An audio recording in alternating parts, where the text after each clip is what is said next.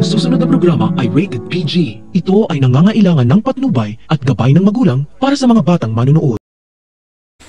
Tadhana na talaga ang gumagawa ng paraan para malaman ni Charlene ang masakit na katotohanan na ipinagpalit ni Divina ang mga anak nila noong sabay silang manganak.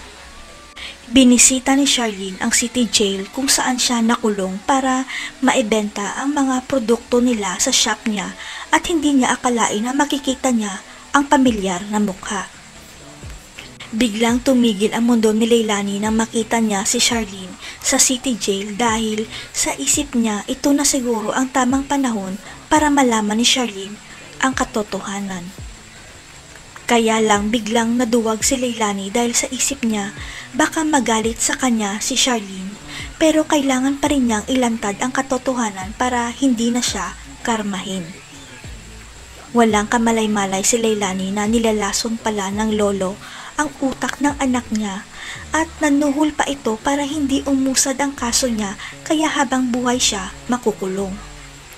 Pero magbabago ang lahat nang biglang maalala ni Xavier ang malagim na nakaraan niya dahil naalala niya na hindi pala masama ang nanay niya kundi ang tatay at lolo niya. Nalaman ng jail guard na si Leilani pala ang tinutukoy ni Charlene na nakita niya. Kaya nalaman ng jail guard na si Leilani pala ang nagpaanak kay Charlene 17 years ago. Biglang naalala ng jail guard na may nakita siyang file ng CCTV footage ng araw nang ipinanganak ni Charlene at Divina ang kanilang mga anak sa loob ng city jail. Kaya pinanood ng jail guard ang nasabing CCTV footage kasama si Leilani at nagulat ang jail guard sa kanyang nakita dahil pinagpalit ni Divina ang mga anak nila ni Charlene. Hindi papayag ang jail guard na hindi ito malaman ni Charlene kaya siya na mismo ang magsisiwalat kay Charlene na pinagpalit ni Divina ang anak nilang dalawa.